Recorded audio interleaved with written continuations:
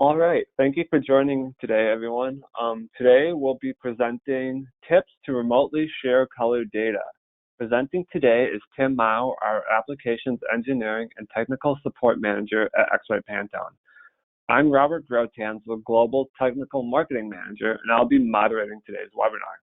Just a few things to go over before we get started. Due to the number of people that are attending today's webinar, we will keep everyone muted. If you have any questions, please use the questions function on the GoToWebinar panel. We'll have time to answer a few questions at the end of Tim's presentation. Finally, this webinar will be recorded and you'll receive a link so that you can review the webinar at your convenience. This link should be sent out tomorrow. So with that, I'll turn it over to Tim to kick things off. Thank you, Robert. Welcome, and I'll warn you ahead. I'm maybe like many of you, I'm working from home, so there's a possibility you might hear a dog bark in the background, but hopefully not. But we're glad you're here, and I'm happy to be able to share some tips with you today on remotely sharing color data. So let's dive right in. We've just got a few slides to go through, and hopefully they prompt a good discussion and good understanding of some ways that we can remotely share color data. So I'm going to basically answer the big questions. Why? To start with, why do we need to share it? Why does it matter? I mean, it's all about the color target or the color standard that you have, right? And we use icons in a lot of our software, like this, like an archery target, because it seems to be a good thing, right? That's what we're trying to do. In this case, let's assume my tolerance is that I need to hit a 9 or a 10. I want things in that yellow area. That'll be a good match for me. And so the first question about why we need to share it is that we got to make sure that we're all aiming for the same target, right? So I might shoot a sample that's there. Hey, it passed. I got another sample that falls there. Well, that failed. But what if there's a variation in our targets, right? I measure those two samples and I get a pass on that first one and then a fail on the second one. But if your target is slightly different, maybe it's just off that direction, now suddenly the first one fails and the second one passes. It's obviously critical that we're all shooting for the same thing. And while this might seem pretty standard and easy to understand, I can tell you I've managed our technical support team here at X-Rite for 20 plus years. One of the most common problems we have, most common questions, I should say, we get from customers is, well, I'm getting different results than another plant, my customer, my supplier, somebody who's measuring the same thing, and we're getting different results. Often it's due to the fact that we're not shooting the same target. So it's critical that we're shooting at the same thing, okay? So that's the why we need data sharing. So then let's talk for a second about what specific data are we going to be sharing. Well, we need basic information.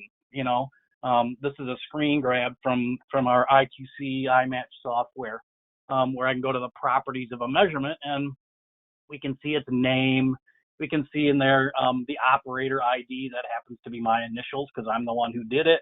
Right? There's a unique ID attached to that measurement. We can even see when I measured it, right? December of 2018 and down to the second when it was measured. Okay? We know that.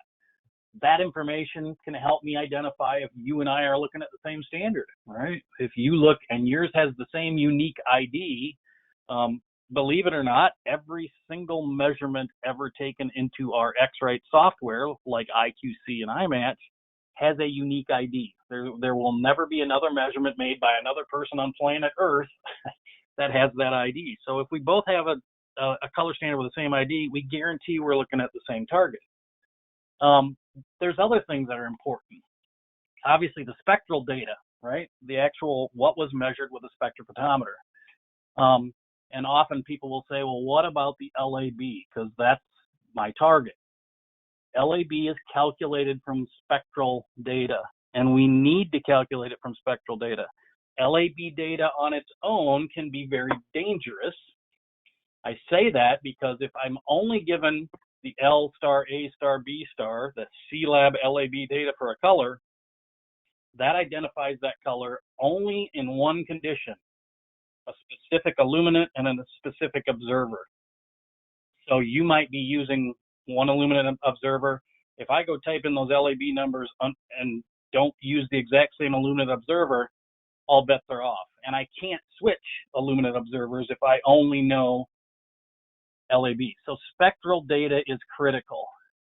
And then, of course, I need to know about the tolerances and the data condition, okay, these things. And we also capture that. So this is another screen grab of a different tab about the properties of that same orange standard measurement. So I know things like what kind of measurement was it. Was it reflectance, a transmittance measurement? What kind of instrument did I use, right? I happen to measure this with a 45-0 geometry. I might have measured it with a sphere. If I did, was it included or excluded? Was I doing any UV energy filtering? What size area of view did I use to measure?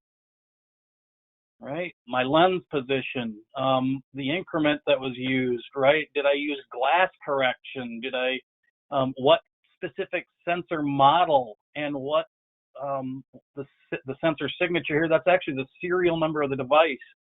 All of those individual things, if I have that information, I can be sure that if I take a measurement using the same setup, that we're duplicating each other. So it's about eliminating potential errors, okay?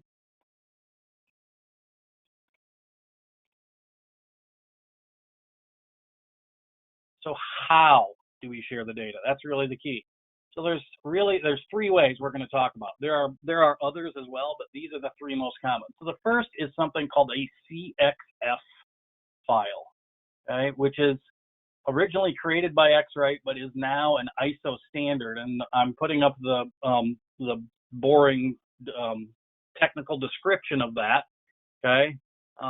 Essentially, CXF stands for Color Exchange Format, and it's a file format that allows us to exchange digital standards, measurements, and metadata. Essentially, all that stuff we looked at on the previous screen gets put into a CXF file, okay? And so if it's mission critical, the CXF is the right way to share data. It can be something, a CXF file can be as small as one single measurement, maybe just a color standard.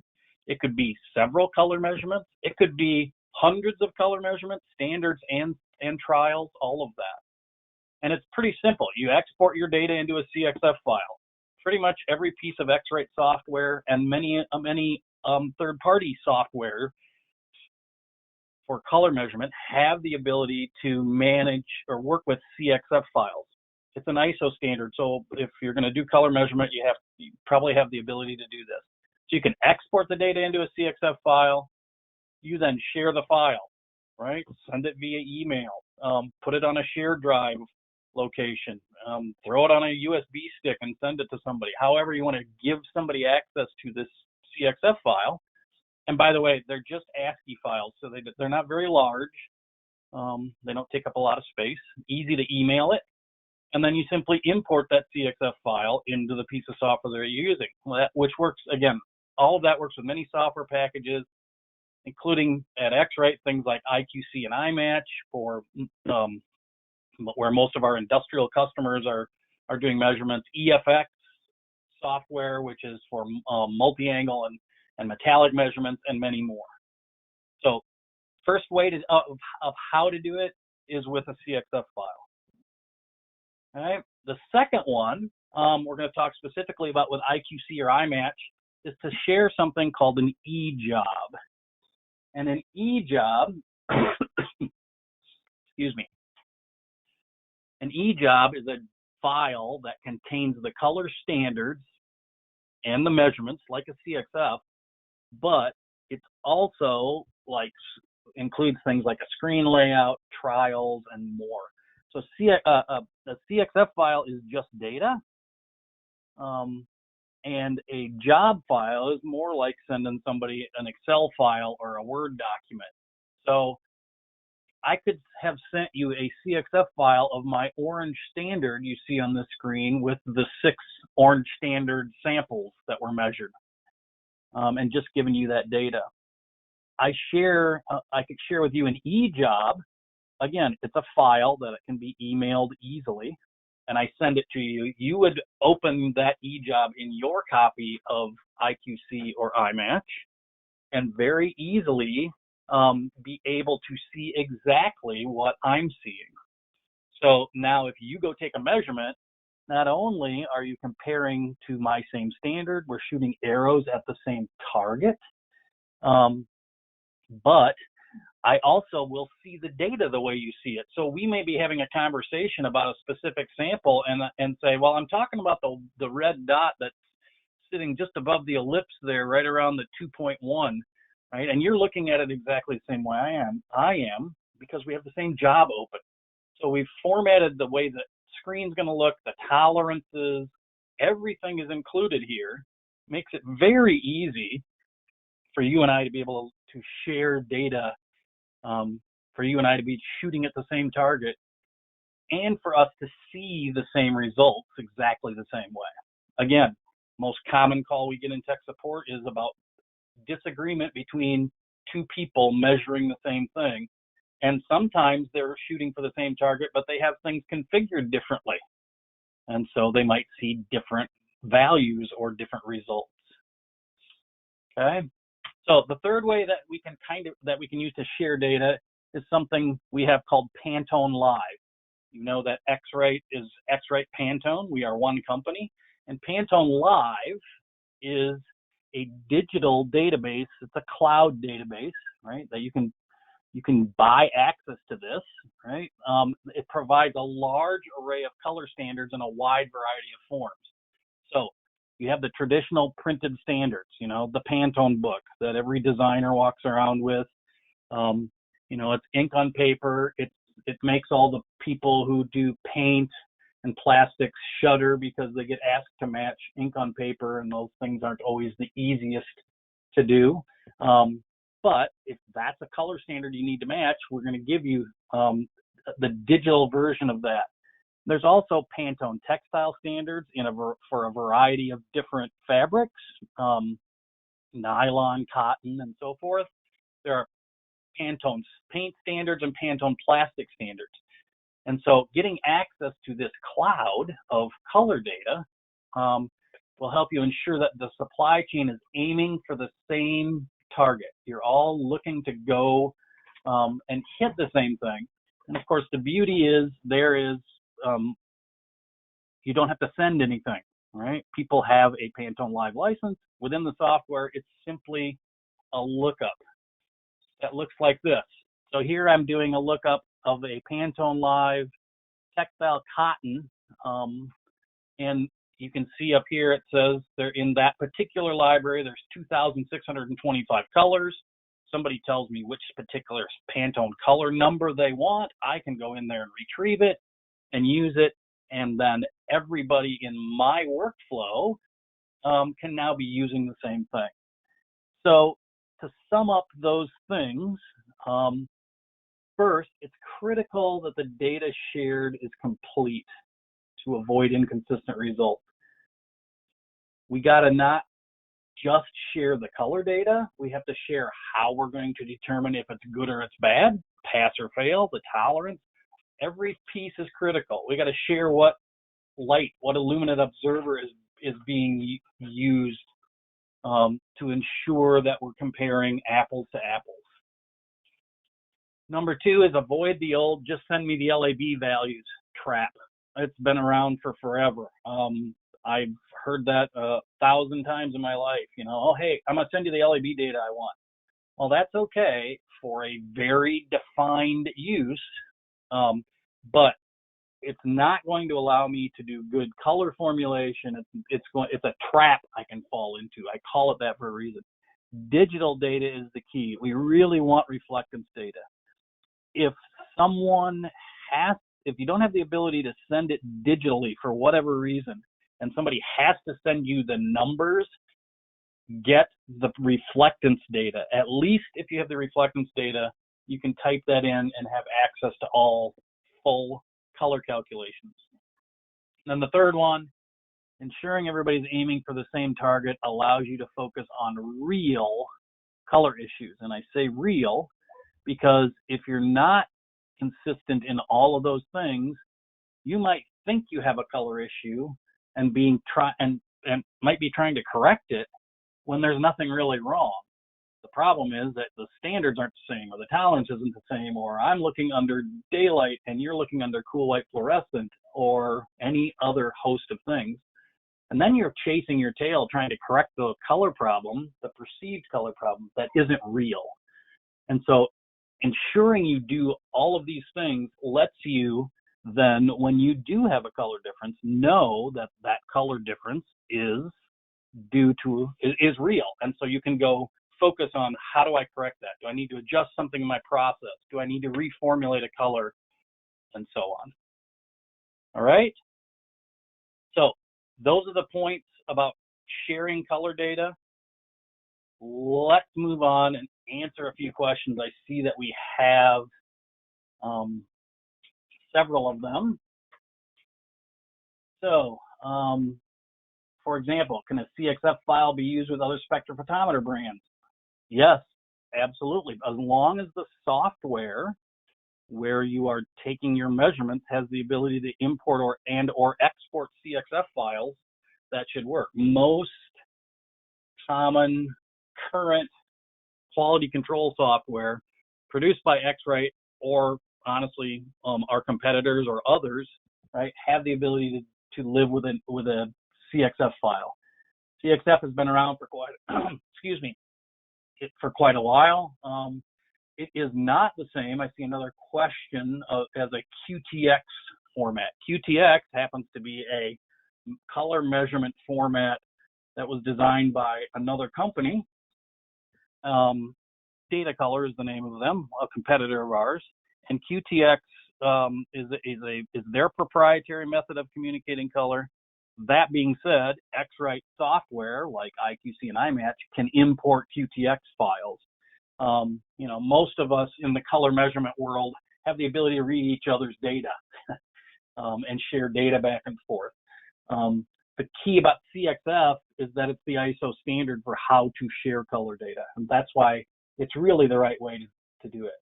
So an eJob, also have this question.